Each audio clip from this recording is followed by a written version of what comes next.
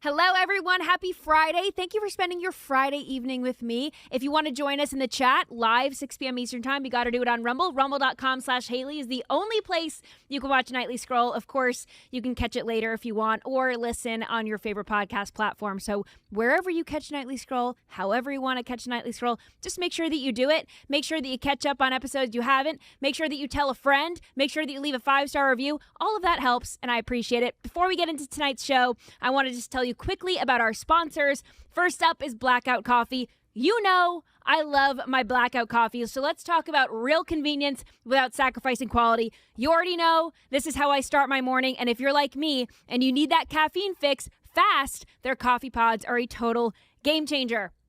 These are not your average grocery store pods. Blackout's pods are packed with fresh roasted, bold coffee made right here in Florida, and they work fast with these single-serve pod brewers. So yes, it's very easy and actually delicious. I start every morning with it. I love the flavors. It's so easy.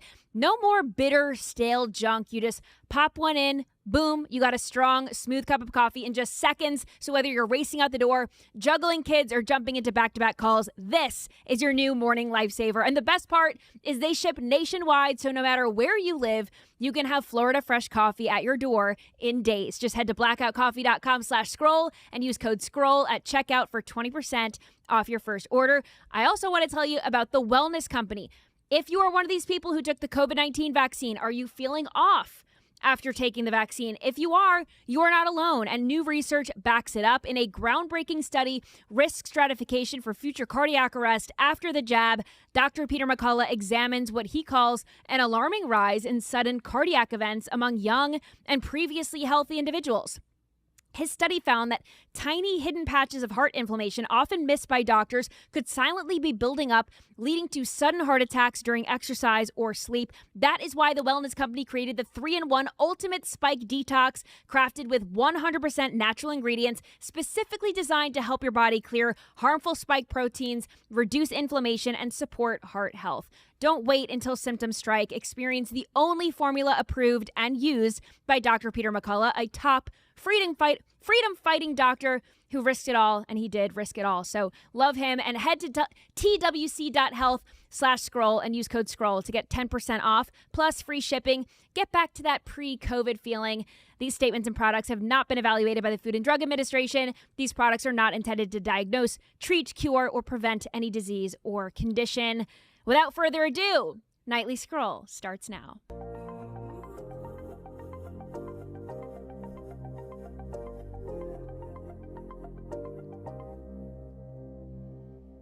All right, here to break down the wildest stories of the week, from news to pop culture to the viral moments everyone's talking about and everything in between. Host of Turning Point tonight on Real America's Voice, comedian and content creator Jobob joins me. Jobob, thank you for being here. Thanks for having me. I am now unfortunately scared to death after hearing that doctors could be missing small inflammations in my heart, but I appreciate you having me on despite that. Yes, of course. And I was meaning to ask you how to pronounce your last name before we started, so I just called you Jobob, like Madonna, Beyonce. You're just one of these celebrities that doesn't need a last name. You know, doesn't need is yes, correct, but not because of a fame element, but instead because of a weirdness element. Jobob is legally on my birth certificate. One grandpa was Joe, the other one was Bob. And when you see a brown guy with all of his teeth not in Alabama named Jobob, you don't really need the last name all that often. You're the only Jobob I know, so this is wonderful. Okay, I like that story, the grandparents. I like that a lot. All right, well, you're a comedian, so I want your take on the future of late night. Will we ever return to comedy that is not tainted by politics, do you think? You know, one is carrying the mantle of comedian feels like I have to be funny. So no pressure. I wear that badge lightly sometimes, especially because I work in the political space, and sometimes it's difficult to be funny about very serious things. But in terms of the late night comic stuff, you know what's fascinating to me? So last week we saw Jimmy Kimmel have Greg Gutfeld on his show. Gutfeld has the highest rated late night show over on Fox and does really, really well, is really funny. And the reaction to that interview was, I think, super telling to me to kind of answer your question of whether or not things get back to its more, funny, lighthearted, not so serious. Everything is bad with the conservatives way of doing comedy that is so prevalent nowadays. And what it said to me, what the reaction was, well, they're just doing it. Jimmy Fallon just did this so he could appease Trump and therefore not get his show canceled like Stephen Colbert, which I feel like was the biggest holy airball that I had heard in terms of analysis. The bottom line is, yes, does Greg Gutfeld disagree with probably most of the people in the audience and the writing staff and the production team at Jimmy Fallon's Tonight Show? Probably, but at the same time, they are missing half of the country. A majority of the country who voted for Donald Trump in 2024 is like, yeah, we don't really have anywhere to go besides Gutfeld. So was it to appease Trump? Maybe there's a small element of that, but the bigger element is, okay, we're just missing on this massive audience. These shows are expensive to produce. They take a lot of time and energy. And if we're going to just completely neglect half the country, that's probably not a good business strategy. So yeah, to your point, just try to be funny. And I feel like that's a better way to go about things, especially when you're trying to appeal to a wider audience. Yeah, and you're supposed to be a late night comedian, so being funny is supposed to be your bit. Yeah. And they haven't been funny for so long. And to your point about Gutfeld, I mean, I think a lot of these other late night hosts are seeing the writing on the wall, and they're thinking, we're seeing what's happening with Colbert. Maybe they're thinking, well, we've got to course correct and fast, or else our careers are going to look like him. So to your point about Jimmy Kimmel, he was recently on Sarah Silverman's podcast, and he was talking about whether or not, I mean, they're talking about the state of the world and how, Trump is bad and all this stuff. And Jimmy Kimmel dropped that he actually has dual citizenship, and he didn't say that he was going to move to Italy, but let's play the video and then we'll react. A lot of people I know are thinking about where they can get citizenship and I do have Italian. I did get Italian citizenship. You do? I do. That's amazing. Yeah, I do have that. And what's going on is as bad as you thought it was going to be. Way worse. It's so much worse. It's just unbelievable. Like, I feel like it's probably even worse than he would like it to be. Probably, yeah. Yeah. I mean, I do. Every once in a while, I'll Google Trump regrets or MAGA regrets just to see all the people that I'm not happy that they're upset and but it makes me hope that maybe this will bring people together. I mean, her reaction where she was saying, it's so bad and that's so great that you have Italian citizenship. I mean, does Jimmy Kimmel have a career if he goes to Italy? Well, I'm not sure he has a ton of career now. What I think is fascinating about this, and I just wanted to double check that while I was looking at my phone while we were watching that. Italy has a quote unquote far right prime minister right now. Correct. So I'm not sure how good that's going to do. But before we get into any of that, I mean, this is the same Jimmy Kimmel that did the blackface. Is that the word I'm talking about? Is the same Jimmy Kimmel that hosted the Man Show? Mm-hmm. Okay, got it. I just wanted to make sure that the guy who hosted the Man Show and was probably extraordinarily sexist if you ask his fellow lefties. But okay, just wanted to make sure that was the correct Jimmy Kimmel that we were talking about. The thing that I think is, if you zoom out 30,000 feet and you look at people like Rosie O'Donnell and you look at people that have left the country over this, the most fascinating thing about this from like an interpersonal standpoint is how much people think that others care. Like Rosie O'Donnell, and I think Ellen DeGeneres probably the same way. Like, I left the United States. I'm taking a bold stance. To the opinion of everybody was, okay, I good. Right. Don't let the door hit you on the way out. Are we supposed to care more about this? Am I missing something? But I don't know. It's the privilege too, all to have a dual citizenship. I just cisgendered white male man, Jimmy Kimmel is. So I wish him well if he does decide to move. And if he doesn't, I don't care either way. Yeah, doesn't really make a difference, right? I don't know where these people live anywhere. I'm assuming it's a massive bunker in LA somewhere or in the Hollywood Hills. And I don't care where they live. So but I want to talk to you too about South Park, SNL, these other late night shows that, it's funny because I'm scrolling on, right-wing Twitter because my algorithm is obviously right-wing Twitter, right? And conservatives love when South Park is on our team, or if like SNL makes fun of Biden or something.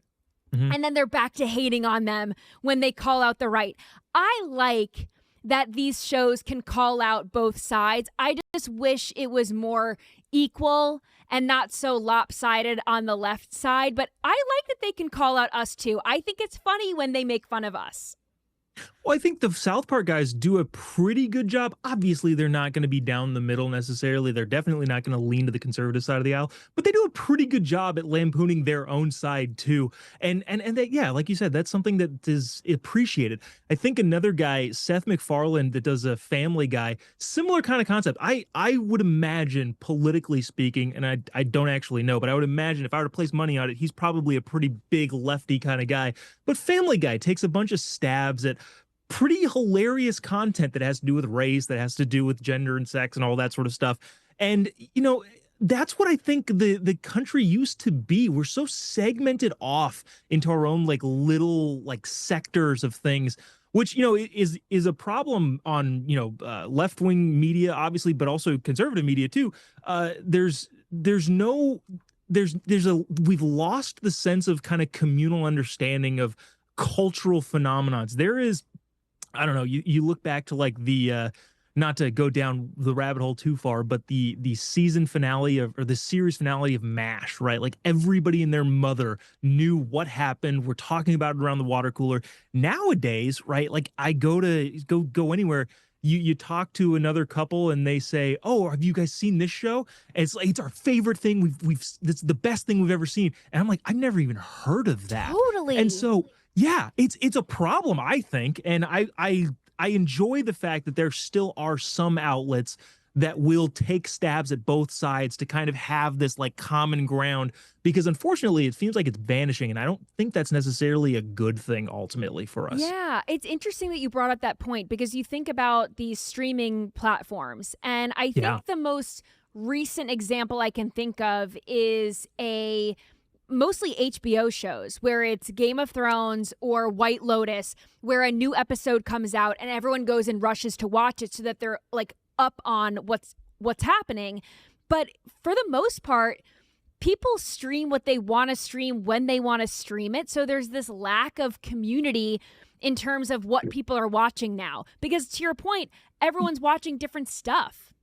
Yeah, and you're right. Those shows that are still semi-ubiquitous, I think Game of Thrones is probably like the last show that like everybody watched. Doesn't matter your political stance. It doesn't matter anything like that.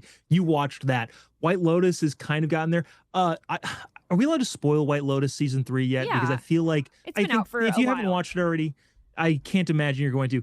Did you notice how the only relatively sane person in that entire season was the Trump supporter? Like, and I don't even know if they did it on purpose, but the blonde lady with the bob haircut who was like, yeah, I did. I voted for Trump, or whatever she said. She actually, I don't think she answered the question officially, but she clearly made it clear her character did in the episode. She was the only one that like had like a sane lifestyle the entire season. Yeah, no, totally. And maybe they did that on purpose, but I don't know. I mean, everyone else had, they were cheating on their husband, or they were a drug addict or something. I mean, there was something going on with everyone. But yeah, it's very interesting to see how this is all changing. Speaking of streaming platforms, Netflix, they have done deals in the past with Harry and Meghan. And now they're extending their deal, which is odd. I mean, we don't know how much it is. So we don't know how much the deal is for, but they did sign a $100 million deal back in 2020. Whether or not it is on that level, we don't know. But she had this show with Love Meghan where she, cosplayed as a trad wife, even though she's nothing of the sort. And she had all of these, I mean, it's so forced. She's all these like famous friends come over and then they cook together. I mean, it's forced. Anyway, it didn't do that well, the with Love Meghan thing. It was not even in the top 300 shows on Netflix. So has Netflix learned nothing? I mean, what dirt does the royal family have on people at Netflix? I don't understand why they keep doing failed business with them. Well, first things first, Haley, you do a great job at weaving things in the blending transition from South Park to Netflix. It's superb. The audience should be grateful that you're able to host in such a spectacular fashion. So, I will say this in full honesty. The only thing that I want to see is a new Meghan Markle show. If Prince Harry and Meghan are my top. Actually, I lied. The only other thing that I want more than that is a book from Kamala Harris. I think those two things are at the top of my priority and Joe list. Biden, too. I mean, you could just stack up your bookshelf with unneeded, unwanted novels and memoirs from people who are failed. I think I might have buried the lead there. I don't actually want to watch them. I want to mock them and make fun of it because that's easier to do. Sometimes when libs kind of aren't in power and they aren't really doing a whole lot, the fodder for humor tends to dry up. So if I could get my hands on another season of whatever Meghan Markle's show is on Netflix and a Kamala Harris book and a Joe Biden book and a KJP book, holy cow, we've got some jokes loaded up in the can and ready to fire away. So as far as will Netflix figure it out? This is, I don't know if this is going down the conspiratorial rabbit hole. Let's do it. But I would imagine there's some sort of tax maneuvering that makes sense to them, right? Because, if you're a Netflix and you're just a streaming behemoth, you're bringing in hundreds, billions of dollars. And so to a certain point, it kind of makes sense for you to stay in the news by paying people that nobody wants to see an exorbitant amount of money to gain the attention and get the tax write-off for paying them that exorbitant amount of money. Now, is it worth whatever $100 million that it was last time? I don't actually know. But I would imagine that the finance department at Netflix knows what they're doing, at least enough to have an understanding of okay, we're gonna talk about it on the Nightly Squirrel. Yeah, they're getting something out of it. Yeah. They're getting free publicity, earned media because of how much people don't like these folks, and whatever they're paying for them, it's worth it. Yeah, it's worth it because Netflix didn't buy ad space on this program as far as I'm concerned, but yet we're talking about it. So maybe that's why they decide, hey, we're going to cut a check to Meghan Markle and Prince Harry, and hopefully we get some earned media and some free publicity for Netflix. I wonder if the Obamas have anything to do with it. I'm trying to think back to Harry and Meghan's wedding. Were the Obamas invited? Were they there? I have a vague memory of that. I'm not sure, but the Obamas are producers at Netflix. They produced the Leave the World Behind movie about, this post-apocalyptic world where everything goes to shit and, the Republicans and their bunkers are the crazy people. And then I think Michelle Obama also produced a dating reality show with old people or something. So they've got their hands in the Netflix pot. And I'm wondering if they're throwing their rich elite friends a lifeline, here, we'll save you, we'll give you your money. I know that the royal family doesn't want anything to do with you anymore. We'll be your royal family. I'm sure, and I'm sure the Obama Netflix partnership has nothing to do with the fact that the former president probably has deep inroads to the people that are either going to allow Netflix to streaming services to do their thing or regulate them in any way, shape, or form. I'm sure that has nothing to do with it. Some sort of fake lobbying attempt, but probably all above board. Definitely nothing to see there. I would be curious, though, if the Obamas orchestrate throwing lifelines to people. Because, okay, so, and sorry for being incredibly cynical about this sort of stuff, but I can see a situation where, let's just say Democrats, libs aren't doing so hot. People aren't really loving them as much. Polls have said so much. I wonder if the Obamas would be cynical enough to throw one of their friends or people they know under the bus so that people talk about something else, right? If Harry and Meghan get a TV show and the news media is talking about that instead of how bad Democrats are currently in Congress, I think that might be actually a win for libs, unfortunately.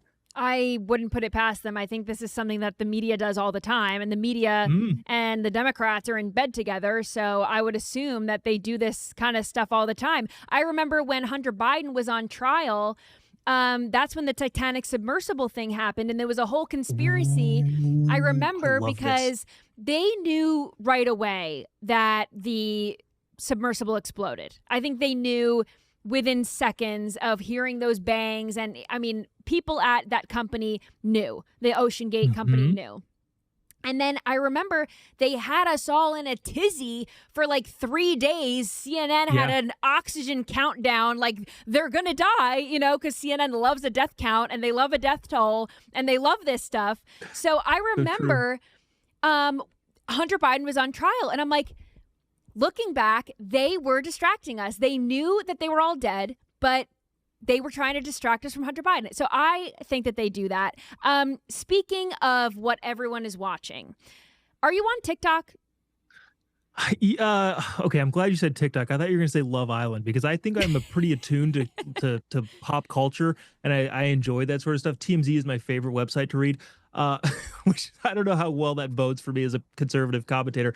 I like but it yes, too. I am on TikTok. I am not watching Love Island, though, in case that was missed. No, I was not going to ask you about Love Island because I am also not watching it. But now that everyone is watching it, I'm like, should I get into that? Maybe I should. I don't know. But I don't really watch TV. So I scroll on my phone. And what everyone's talking about are sorority girls because they are back. They are back. And there are a bunch of girls. They are dancing. They're making this is what we call rush talk. And every August, we see this. But I'm seeing people online saying, we are so back. Conservatives are saying we are so back. But the thing is, this has been a thing. SEC sorority girls have been hot. They've always been hot. They always will be. And they do their recruitment videos. This is really nothing new. Well, I mean, all I saw in that video was Nazi propaganda, clearly and evidently. Obviously. That's what blonde girls are. Yeah, our Nazi propaganda. I think that's what everybody's been telling me the last couple weeks. This is not to go down this crazy rabbit hole of things, but did you ever watch that documentary? It might have been on HBO or Max or whatever the new iteration of their streaming platform is. This stuff, right? About sorority stuff. Rushing sororities in the South, and it is like cutthroat. Yes, and I think that documentary gave it kind of a bad rap, but I'm looking at it and I'm like, hey, this feels like the tenacious nature of the free market at work. And what better way to give college students the opportunity to understand the what life is like, fair or definitely not fair, as it's portrayed kind of on that sorority documentary. I wish I could remember the name of it specifically, but it is super fascinating to see how seriously all of this stuff is taken. Like people who get chosen by certain sororities and are crying at the end of it. Some parents are suing the schools. It is wild. But I mean, back to kind of the cultural point. Sorry that for some reason. Tangent on tangent. Haley, we have to figure out a name for that period of time, the last couple 3 or 4 years where the entire country just effectively lost its mind. Yeah, it was like mind. It was just like a memory hole. I don't know what it was. I mean, it obviously all because of COVID. I think people truly were locked in their houses and went totally batshit insane because people weren't hanging out with each other. They were FaceTiming with their friends or they were masking up or whatever. It made people just become these recluses, and it was insane. I mean, the whole world went insane. That's when the companies were pushing the body positivity stuff. That's when the Black Lives Matter happened. I mean, that is when companies went so overtly woke. I think we're now seeing just a course correction. Oh, totally. Where these companies are realizing, okay, people aren't giving us money when we push these ugly people or these trans people. Like, we need to make money again. And they learned the hard way. Oh, totally. And that's the thing is we got to come up with a name for that period of 3 or 4 or 5 years where just people went nuts. But I think to kind of your broader point about the sororities is this has happened. This has been happening. It's kind of coming to fruition now because of a jeans commercial for some reason. But this is what this is what Greek life has always been about. Yeah. And sorry that we deviated down a term of okay, we only want to buy jeans from and advertise overweight Black lesbians. But, I guess that was just a weird blip in time that we have to figure out a name for. I'm going to brainstorm. Yeah, it wasn't because we had the Great Depression in the 1900s. This was like the Great PSYOP. I don't know. I mean, we were all depressed too, but it was, it was just a propaganda PSYOP. I don't know. But yeah, we have to think of a better one. There's got to, that's going to be my task for the foreseeable future, is coming up with the term, because I feel like we can coin that term. Like that can be like, there can be a term here that is used. Maybe people in the comment section want to like Ask give Grok. Suggestions. If you guys can ask Grok if you can come up with a name for the 2020 psyop where everything went rogue. We'll ask Grok what he thinks, or she thinks, whatever Grok is, a man of, I don't know, a thing. Androgynous being. Well, so I wanted to touch on this because it seems like in some aspects of our society, things are going better. But then at the same time, we're still pushing, I guess sports are still woke because the MLB had their first female umpire, and I saw you did a video on this. So for my viewers who haven't seen this yet, let's just see this first female umpire. This was her first call. Watch this. Day, Joey Wentz is ready. We hope you're ready. And here we go. Joey Wentz likes that first call from Jim Powell. He'll take it. Okay. At least she's a woman. Yeah. And she's not, a man pretending to be a woman, but maybe if this was a man pretending to be a woman, he wouldn't have made that mistake. That's funny. That's a good joke. I'm glad that's actually better than I was expecting to have happen. I was kind of expecting for the pitcher to throw the ball, catcher catch it, and then nothing happens from behind the plate. Right. And then they go, what's wrong? And you're like, I don't need to tell you. Yeah. And then the game would go on. You already know what's wrong. Yeah. Then I the game would shouldn't have to tell meander in discrepancy, and that would have been that's what I expected to happen. So at least there was a call made. Now, just so we're being fair here, like her scorecard was like just under the average of most umpires across the league. It wasn't like terrible. Right. It was just the optics. The like, look at how great this is that it's a woman behind the plate. I don't actually care if it's a man or a woman. I don't actually, none of that actually makes any difference to me. But if you're going to drag out the fanfare, I'm gonna be critical. And the first pitch was it wasn't like on the cusp. You got a full like 6 inches off the plate there, and she calls it a strike. So how are we not supposed to make fun of it? This is one of those where it's just like nobody cares what you are, what you claim to be, I do care what you claim to be if you're just objectively wrong, like you're a man pretending to be a woman. But you know what I mean? Like culturally speaking, I don't really care if it's a man or a woman doing whatever job is. Can you do the job? And I think ultimately, if they just didn't mention it at all, I don't think I would have cared. It was all of the fanfare. Like, look, it's the first woman. Yeah, that's the thing. It's not historic if you're below average. Then it's just embarrassing. Totally. And there's this thing with like I don't know, the racial component about things, and I'm straying away from the MLB woman umpire, but Tulsi Gabbard is Samoan. I'm Samoan. I've met her a couple times. She's very, very lovely in person. I don't think I would care if she was Samoan and I happen to be Samoan also, if I hated everything she did. Like that doesn't make just because we're the same race or have the same sort of family origin or lineages or whatever. If she's making dumb decisions and I hate her, then that doesn't play into it or factor in at all. It's great that, she happens to be Samoan, I happen to be Samoan, and I really like the job she's doing and what she's stood for over the last couple of years. But that's just like a brief example of like, there's some people that's the only thing that matters. Like, we're from the same small town in wherever. Actually, that's even more defensible than like a generic race element. But you know what I mean? Like it's like that sort of thing. The people that care about that sort of stuff, like, all right, I don't know what to do with you. Like, yeah, the Democrats use these like DEI check boxes, I call them, to excuse bad behavior. Like it's okay if you're a bad politician. It's okay if you're a failed candidate because you're the first whatever, gay, trans, woman, black, whatever. Like you're the first something, therefore nothing else matters. And what conservatives say, and they'll call us racist or homophobic for saying this, what we say is, no, the job matters. It doesn't matter what, box you check. It matters that you do the job, which brings me to my next topic, which is the Minnesota Vikings and their new male cheerleaders. They have reportedly replaced 2 of the female cheerleaders. Now they have male cheerleaders. So let's take a look at these new members of the team.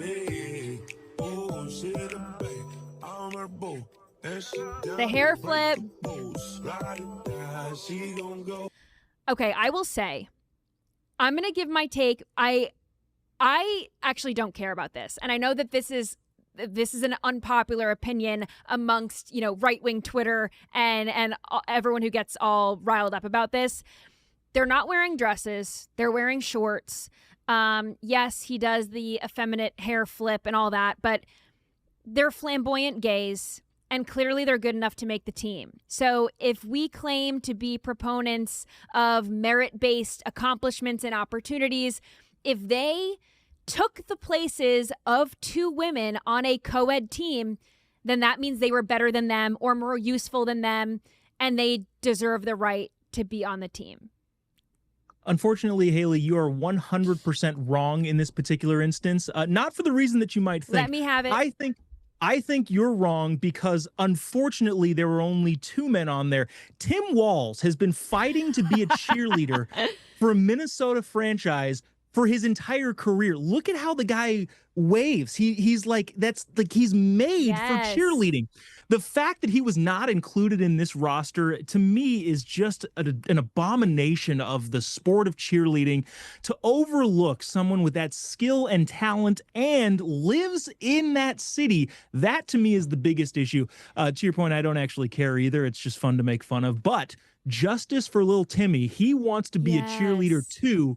Vikings, do what's right. Make Tim Walz a cheerleader. He's been training for this his entire career.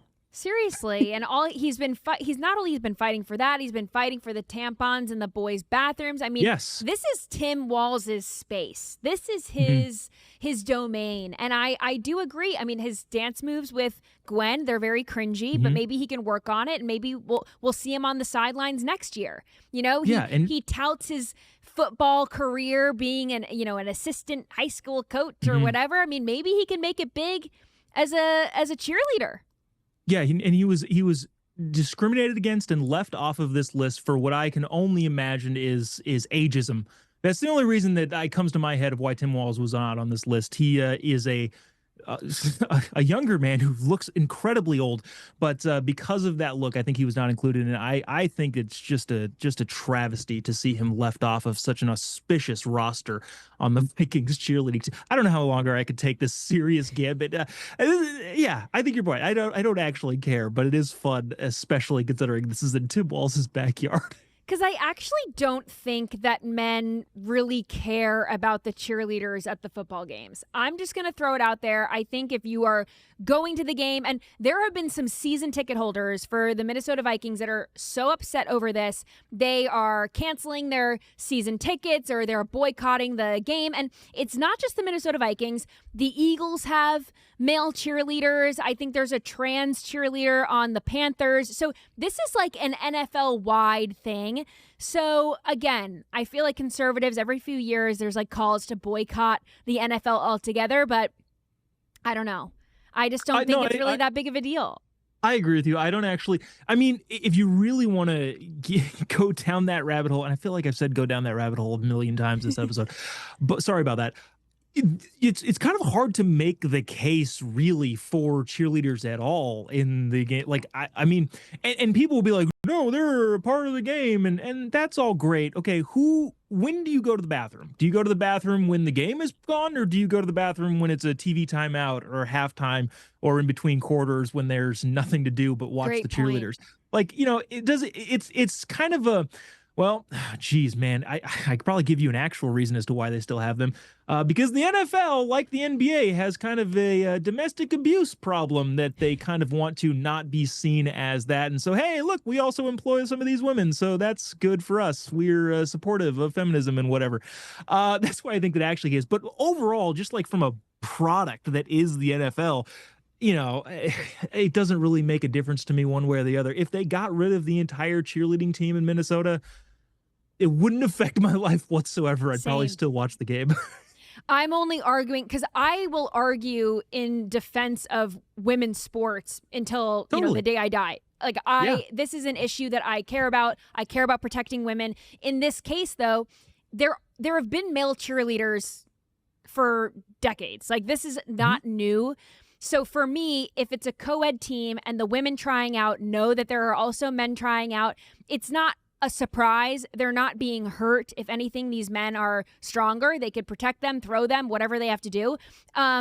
Totally different, in my opinion, than, the Riley Gaines of the world swimming against Leah Thomas or these track athletes or whatever, where their bodies, they're competing against one another and their bodies are putting the women at disadvantage. I think that it's different. But speaking of effeminate and football players, did you see Travis Kelce's new GQ shoot? Yes, and I'm kind of concerned about this topic as a whole because I am a pretty dang big Swiftie, and I can defend that too. Where are you on that line, so I know where to gauge where I'm coming from at this particular instance? I don't yuck anyone's yums, but I don't like Taylor you should. Swift.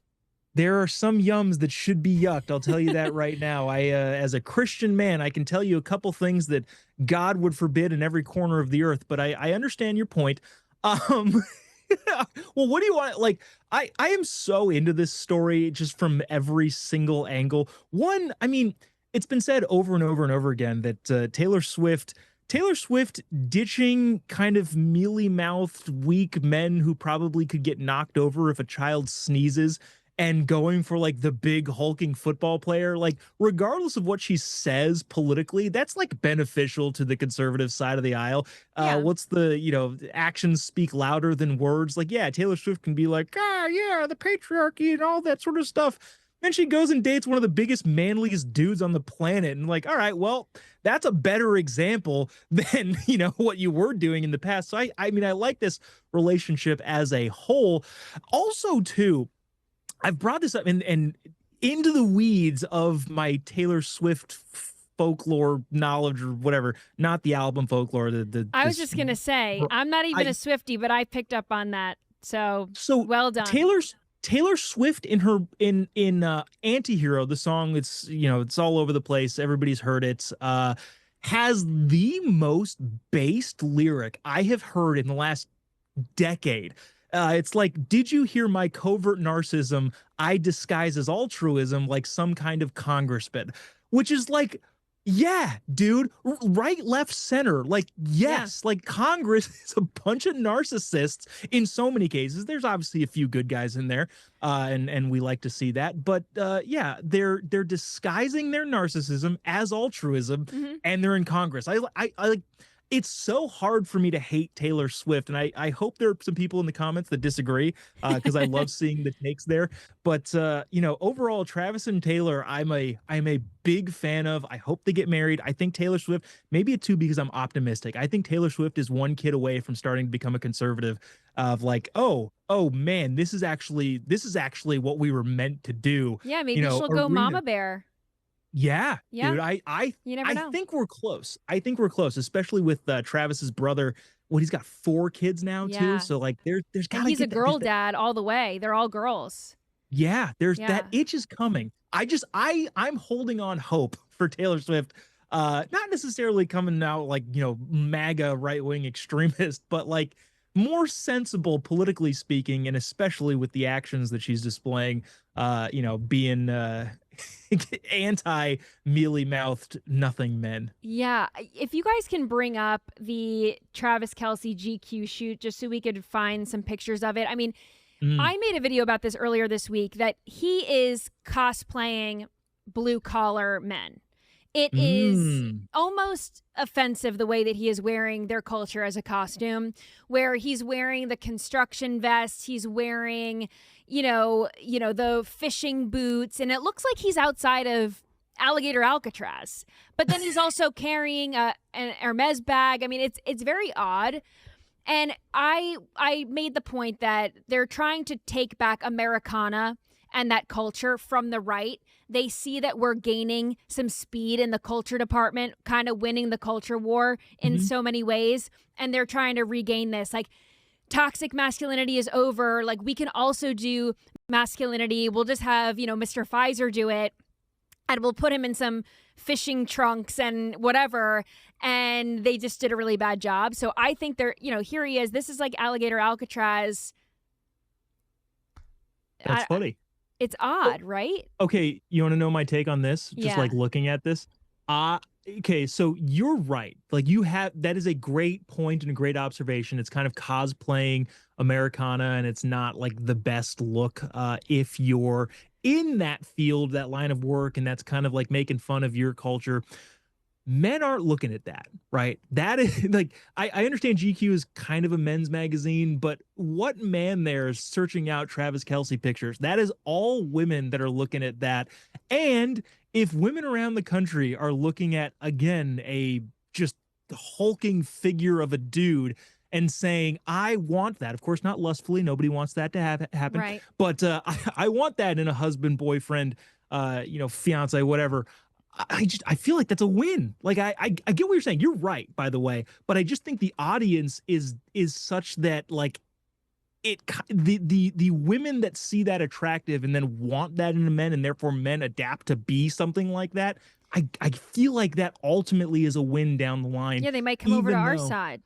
Yeah, I'm all They're like, for it. I love Actually, Alligator Alcatraz isn't a concentration camp. it. They'll just start to Yeah, come look. too. Yeah, Travis Kelce is there. It seems fine. It's totally like, how fine. do I get there? I would love to go if Travis is there.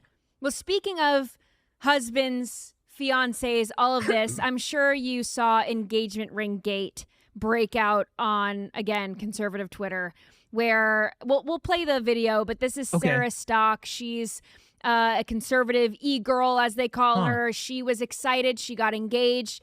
She got a very nice ring, and other people in the conservative world just came and started trashing on it. So watch this. Guys, some of these conservative influencer girls need to be stopped. The other day, I shared my engagement photo, showed off my ring, not because the ring is what matters, but because it obviously signifies the fact that I'm going to be spending the rest of my life with my favorite person in the world, and that's something I'm excited about, and so I want to share it with my followers.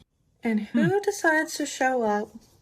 Our favorite Pearl Davis is now hating on me for doing exactly what she tells young women to do, and trying to say that me announcing my engagement is trying to build my brand or something, as if I would get engaged and commit to spending my entire rest of my life with someone just for the Twitter clout or something. But it's not Pearl's post that shocked me the most, okay? Emily Gold Digs America shows up in the replies and thinks she can clown me for my ring size, which I picked out, by the way, because I love it. Even Pearl Davis says it's not about the ring size, and Emily Saves America responds with size matters. So it actually got a lot messier than that, but my take on this is, if you're shaming someone for an engagement ring, you're on the wrong side of history. The only thing that you should say is congratulations. You know, it's super interesting. I'm like trying to figure out how I look at this sort of stuff, and what I'm noticing retrospectively in real time is that I know all of the juicy gossip in the celebrity world. I know none of it in like the conservative media space. This is the first Wow. I'm ever hearing about this at all. It is really interesting, but I think that the point to be made here is, you know, as a guy who's been married with my wife for a very, very long time, I have enough experience to know that there seems to be an inverse correlation between amount of money spent on the ring, the wedding, the honeymoon, and divorce rates. As in, like, the less money that you spend on all of that sort of stuff, the higher chance your marriage has of succeeding. And obviously the opposite seems to be true. Again, that's anecdotal. I'm sure somebody's done some sort of a hard study on that with the numbers wise.